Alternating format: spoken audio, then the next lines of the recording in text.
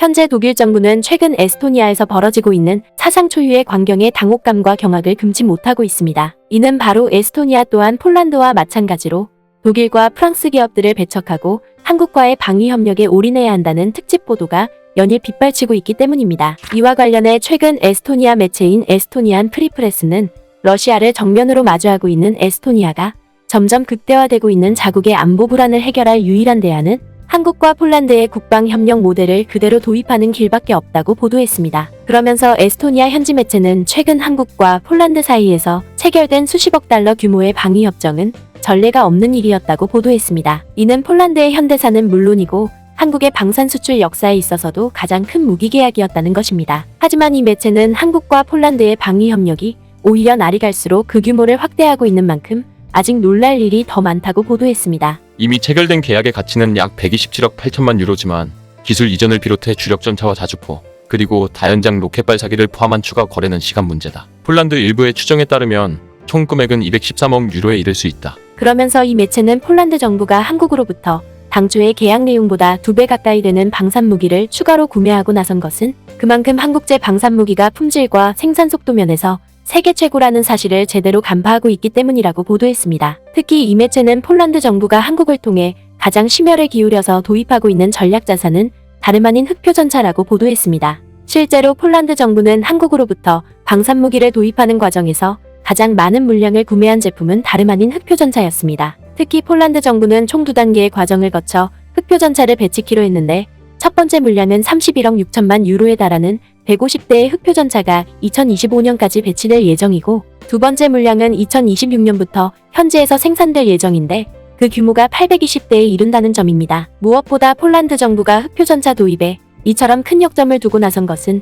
흑표전차의 성능을 대체할 만한 대안을 찾지 못했기 때문입니다. 그도 그럴 것이 에스토니아 현지 매체는 폴란드의 지리적 특성을 고려했을 때 흑표전차는 그야말로 안성맞춤과 다름없다고 보도했습니다. 바르샤바 관계자에 따르면 K2 전차는 무거운 에이브람스 전차보다 진흙투성이고 늪지대와 언덕이 많은 폴란드 북동부 지역에서 작전을 수행하기에 더 적합하다. 그리고 뒤이어 이 매체는 한국으로부터 방산무기를 다급히 도입한 폴란드 정부답게 지난 12월 초에 폴란드 북동부 지역에 위치한 그디니아 항구에 10대의 흑표전차와 24문의 K9 자주포가 도착하자마자 폴란드 대통령과 정부 주요 인사들이 버선발로 나와 대대적으로 환영한 것은 물론이고 곧바로 흑표전차를 일선부대에 배치하는 행보를 보이고 나서면서 한국제 방산무기에 대한 폴란드 정부의 남다른 애정을 여실히 확인할 수 있었다고 보도했습니다. 실제로 이 매체는 폴란드가 흑표전차 도입에 앞서 1978년에 소련으로부터 인도받은 T-72 전차 이후로 단 한 번도 전차를 도입하지 못했던 사실을 비춰봤을 때 폴란드 정부의 이 같은 감격은 어찌 보면 당연할 수밖에 없다고 보도했습니다. 또한 이 매체는 폴란드 정부가 비단 흑표전차뿐만 아니라 한국 방산무기의 명불허전인 K9 자주포 도입에도 아낌없는 투자를 펼쳐오고 있는데 이를 통해 우크라이나에 노후된 전략자산을 마음껏 지원하는 것과 함께 신무기 도입으로 전력 증강까지 꾀하게 되는 일석이조의 효과를 누리고 있다며 에스토니아 정부의 분발을 촉구하고 나섰습니다. 심지어 이 매체는 폴란드 정부가 지난해 11월에는 한화 에어로스페이스로부터 다연장 로켓인 천무를 218대나 구매키로 했다고 감탄했습니다. 그러면서 이 매체는 43억 6천만 유로 규모로 진행될 천무 도입 사업은 러시아의 다연장 로켓포인 BM-30과 이스칸데르 미사일을 효과적으로 막는데 쓰여질 예정이라고 보도했습니다. 또한 이 매체는 폴란드 정부가 공군 분야에서도 실전 역량을 강화하기 위해 한국항공우주산업으로부터 FA-50 경전투기를 48대나 도입키로 했고 이를 통해 자국이 보유 중이던 소련제 미그와 수-52 기종을 단계적으로 퇴역시키게 될 예정이라고 보도했습니다. 뿐만 아니라 에스토니아의 유력 매체인 에스토니안 프리프레스는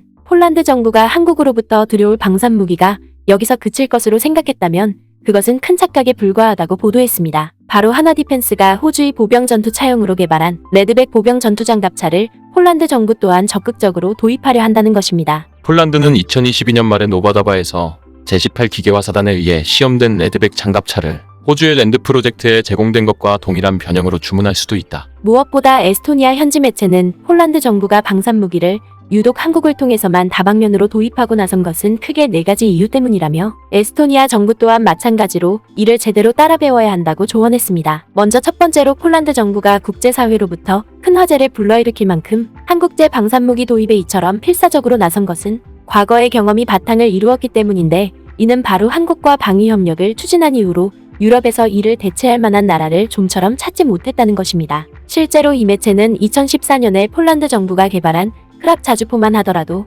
당시의 자체적인 기술로 자주포 자체를 생산하지 못해 전전긍긍했었는데, 이를 두고 독일과 프랑스를 비롯한 기존의 유럽 국가들은 철저하게 외면한 반면에 한국은 이를 해결해주기 위해 K9 자주포의 차체 제조 기술을 전수해줌으로써 이를 통해 폴란드의 육군 전력 증강에 큰 도움을 받았다고 보도했습니다. 그리고 이는 한국과 폴란드의 방위 협력이 굳건한 신뢰를 바탕으로 한 단계 더 큰 관계로 나아가는 중요한 단초가 되었다는 것입니다. 두 번째로 이 매체는 폴란드 정부가 유럽이 아닌 아시아 국가를 통해 방산무기를 대규모로 들이고 나선 것은 다름 아닌 신속 정확성 때문이었다고 보도했습니다. 그도 그럴 것이 이 매체는 폴란드 정부가 한국의 FA-50 경전투기와 미국의 F-16을 도입하려고 했던 과정만 놓고 보더라도 이를 여실히 대변해준다고 보도했습니다. 폴란드는 FA-50을 요청하기 전에 중고 F-16을 구매하기를 희망했다. 그러나 2016년에 덴마크와 벨기에가 조달에 나섰던 것처럼 이러한 조달은 기술적으로 유망하지 않고 재정적으로도 수익성이 없는 것으로 간주되었다. 미국에서 양호한 상태의 중고 F-16을 얻는 것도 불가능해졌다. 심지어 이 매체는 폴란드 정부가 독일을 상대로도 레오파르트 전차를 도입하기 위해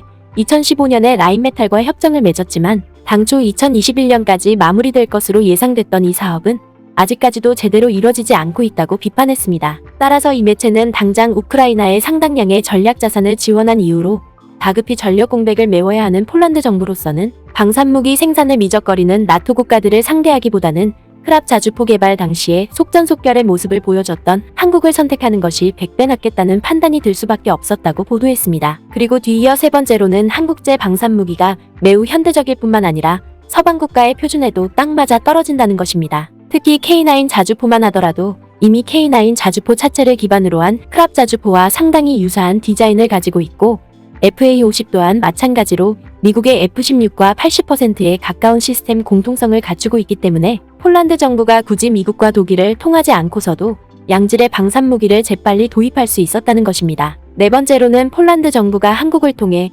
유럽에서의 외교적 입지를 더욱더 강화할 수 있는 계기로 삼고 있다는 것입니다. 이는 앞서 언급했던 것처럼 현재 폴란드 정부가 러시아의 우크라이나 침공을 미온적으로 대응하는 독일 정부와 유럽연합에 대해 연일 날선 대립각을 세우고 있는데, 특히 이 과정에서 한국으로부터 방산무기를 대규모로 들이고 나섬으로써 결국 서방 국가에 의존하지 않는 자주국방을 주도 면밀하게 구축하게 됨에 따라 유럽 내에서 폴란드의 외교력과 자존감이 한껏 올라가고 있다는 것입니다. 따라서 한국과의 협력은 바르샤바에게 자존감을 강화할 수 있는 희망을 준다. 그러면서 이 매체는 당장 폴란드 정부가 이 같은 자신감을 토대로 한국과의 방위 협력을 발판 삼아 한국의 차세대 전투기 개발 사업인 KF-21에도 함께 참여하려는 행보까지 보이고 있다고 보도했습니다. 때문에 이 매체는 현재 유럽연합 일부에서 폴란드 정부가 한국제가 아니라 독일제나 프랑스제 방산무기를 도입해야 한다며 목소리를 높이고 있지만, 정작 폴란드 정부는 앞서 언급된 4가지 이유를 내세워 한국제 방산무기를 고집하고 있고, 이로 인해 유럽의 방산기업들이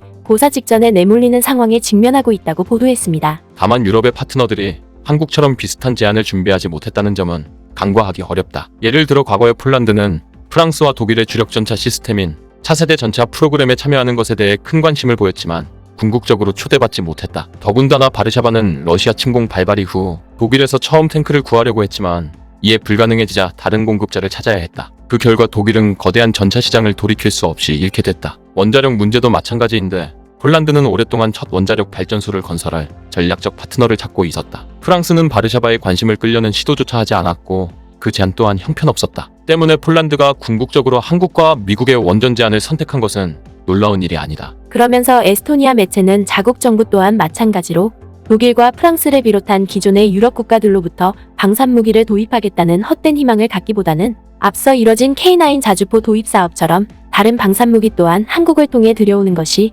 에스토니아의 주권을 지키는 데 있어서 가장 좋은 방안이 될 것이라고 보도했습니다. 결국 에스토니아 매체의 이러한 보도는 협력의 대상을 터부시하거나 오만하게 대하지 않고 오로지 상대와 스스로의 성장과 발전을 위해 진심 어린 협력을 추진해왔던 한국 기업들의 남다른 기상이 유럽의 수많은 국가들에게 큰 감명을 불러일으키고 있음을 여실히 입증해주고 있습니다. 구네스북 영상을 재미있게 보셨다면 구독과 알림 설정 꼭 부탁드리겠습니다.